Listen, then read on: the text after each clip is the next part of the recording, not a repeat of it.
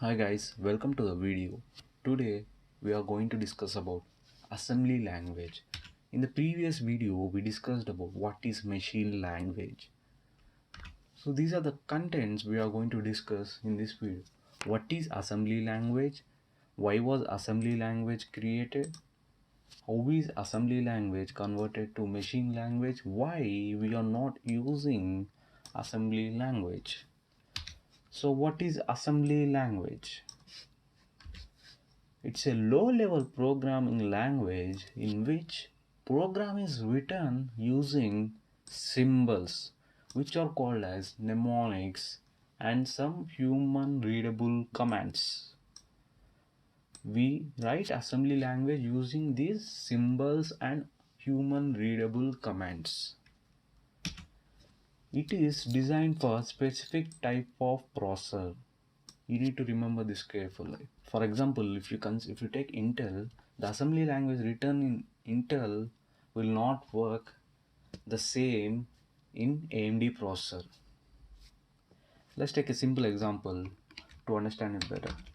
So let's take the same example we used in machine language while explaining machine language. So consider in Intel, transistor 1 is connected to first bulb, transistor 2 is connected to second bulb, transistor 3 is connected to third bulb. Now in AMD it could be different. Transistor 1 could be connected to second bulb, transistor 3 may be connected to first bulb, and transistor 2 will be connected to third bulb.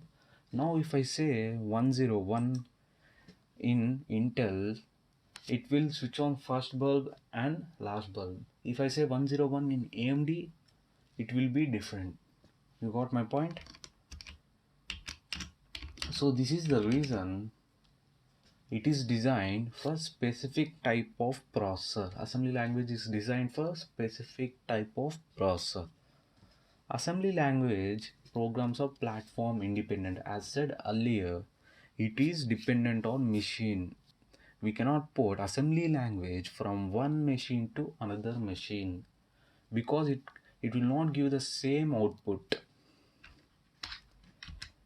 While assembly language differs between processor architectures as discussed earlier, but there will be some similar instructions for some processor. Like if you consider x86 processor,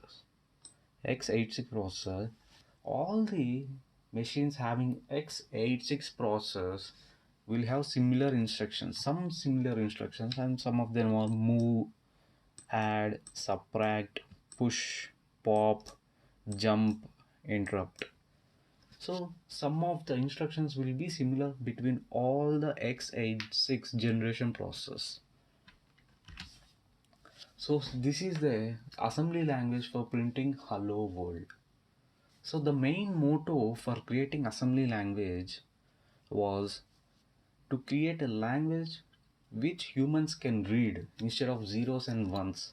At least humans can read. We can at least read this.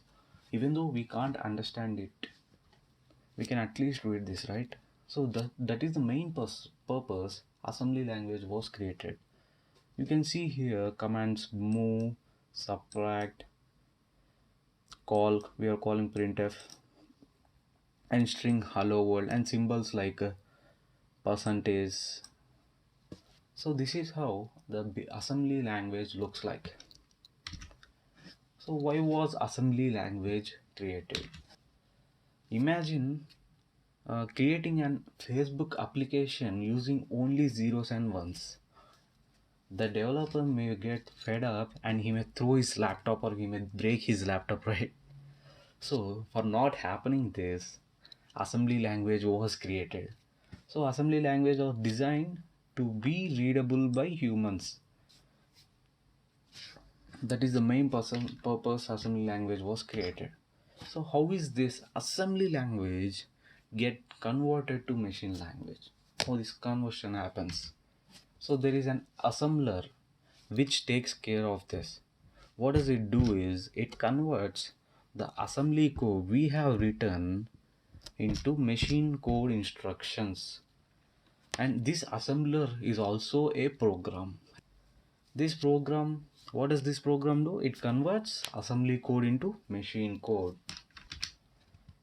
Now you may get a doubt, of course we are fed up with the machine language and that's why we have invented assembly language. No, why we are not using it? As we have discussed earlier, there are few flaws in assembly language.